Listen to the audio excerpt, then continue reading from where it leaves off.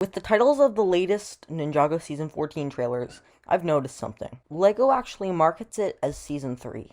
Now, this kind of thing is something that isn't new. In fact, we've been seeing it since 2019. Ever since March of the Oni concluded, and the first 100 episodes had passed, Ninjago switched to an animation studio called Wild Brain. The tone also became significantly less darker than it had been in Seasons 8, 9, and 10.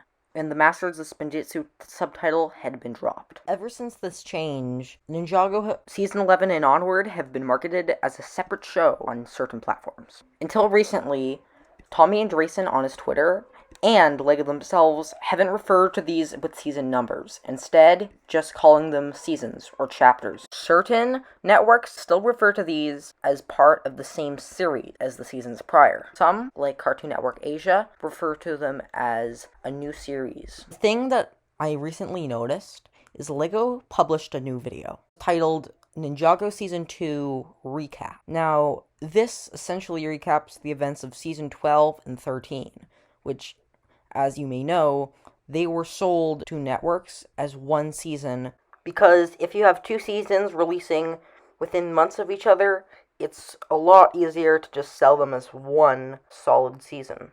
For a long time, I assumed this was just because the show needed a quiet reset for new fans.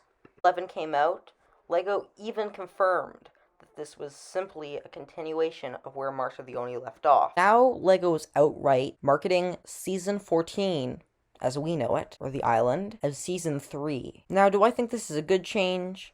Not necessarily. I have mixed feelings on it.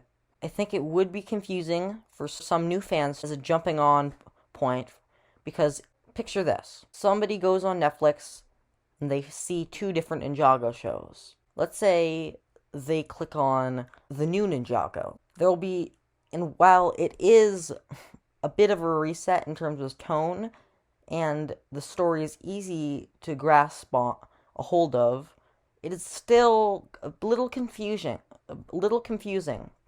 with references like Garmadon being still out there, but nobody knows where he is, Pythor, Teapot of Tyron. So I do think it can be a little confusing. So, should Season 11 onwards be a new series? Really, it's all up to preference. I don't have much else to say. This was just a quick video. I thought it was an interesting video to make, and yeah, see you in the next video.